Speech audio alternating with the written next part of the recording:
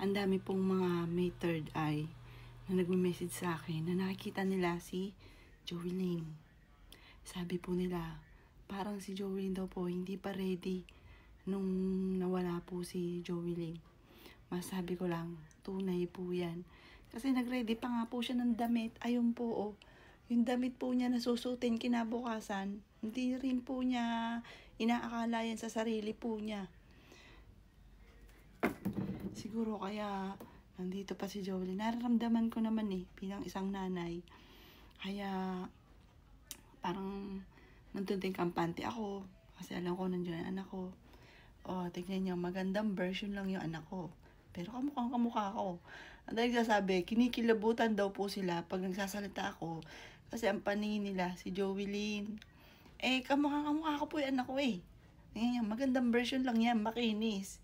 O, tignan niyo po. Lalo na sa personal. Nakainis po talaga siya. Pero tinaghihawat din yan dahil sa Joelyn Beauty Product na wala. Opo, totoo, promise. Pati po sa anak kong bunso.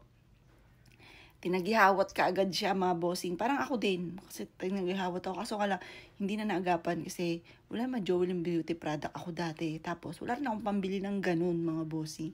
Hinayaan ko lang siya. Hanggang yun, nagdami-daming pores. Ayan, no, daming pores. Yan po, mga boss. Ito yung anak ko. Magandang version. Kamukha ko yung aking anak. Nakakatuwa naman. Pati yung anak kong buso, kamukha ko din. Ayan, sa pinakamaganda kong anak.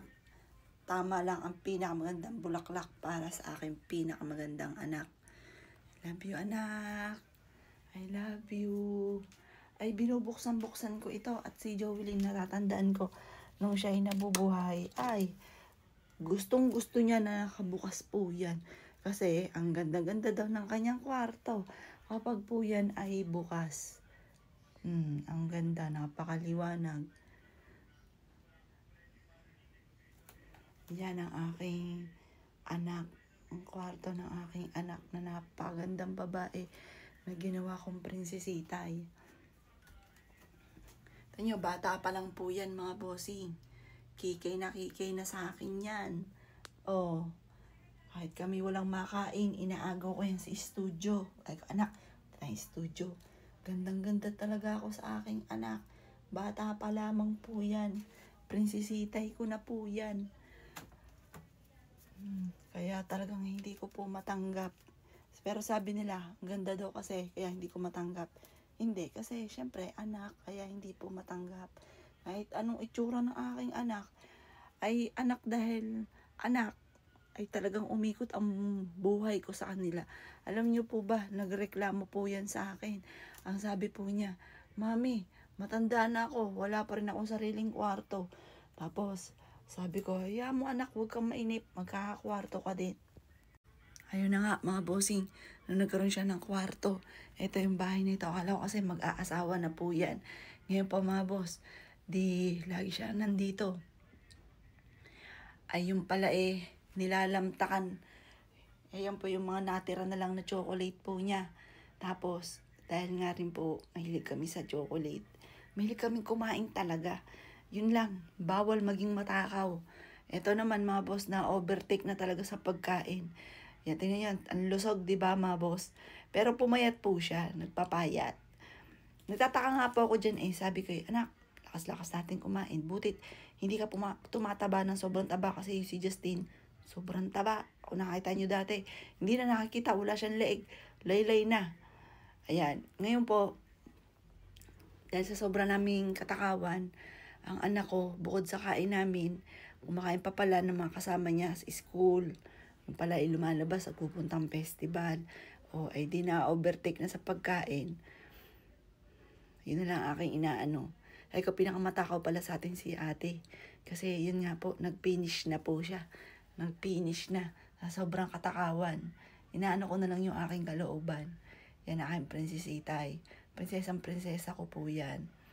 Alam niyo po ba, yan ay college na nang natuto na mag-ano ng sapatos, magbuhol. Kasi lagi ako nag-ano ng sapatos niya or kaya yung daddy niya. Hindi rin po yan, wala talagang gawa.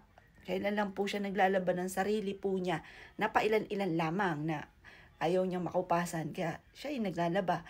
Pero hindi po yan naglalaba. Prinsesang prinsesa ko po yan. Bata pa lamang po yan. Prinsesang prinsesa. Yun lang talaga, nakakaligtaan ang kalusugan. Nakakala ko, sipon-sipon lang. Lagi siya sumisinga, sipon-sipon lang. Wala daw yun, sipon lang. Kasi pag umaalis naman kami, tatayo siya, di ba? Ang totoong may sakit. Talaga namang magpapahiga-higa lang, hindi. Pagka alam niya aalis kami, tatayo po siya, magbibihis. At ang ganda, nagkakapagbihis pa. Eh, di ba, yung totoong may sakit. Talagang kapag ka siya'y groggy na, talaga wala na rin yung pakalam sa ayos niya. At hindi rin niya makakasama sa amin. Eh wala, pag siya'y pahiga-higa, sabi niya may sipon lang. Tapos pag aalis kami sa hapon, sasama rin po siya. Kaya talagang binigla lang talaga kami ng pangyayari. Buhay talagang taon, hindi mo masabi kung hanggang kailan lang. Pwedeng anytime, pwedeng bigla na lang, yung mga ganun. Wala akong masabi kundi yung pinagdadasal ko na lamang po palagi na Papa Jesus, kayo na pong bahala sa akin pong mga anak. Dalawa po ang aking anak. Isa po yung lalaki. Panganay talaga ang aking prinsesitay. Tapos yung pangalawa, sa tiyan ko pa lang, nawala na po siya. Kaya dalawa yung nawala ko. Pinangalanan ko naman po yun, JC. Yun po, lahat kinuha sa pangalan po namin ang aking mga anak. Yung Joelyn, Joel. Yung Lynn, Christine po yun, yung INE. Kinuha sa akin. Tapos Justin, yung Jazz, yung J, kay Joel. Yung Tin, Christine. Yan. Tapos yung JC, si J, si Joel. Tapos yung si Christine, kaya JC. Lahat ng aking anak ay pinangalan namin sa amin.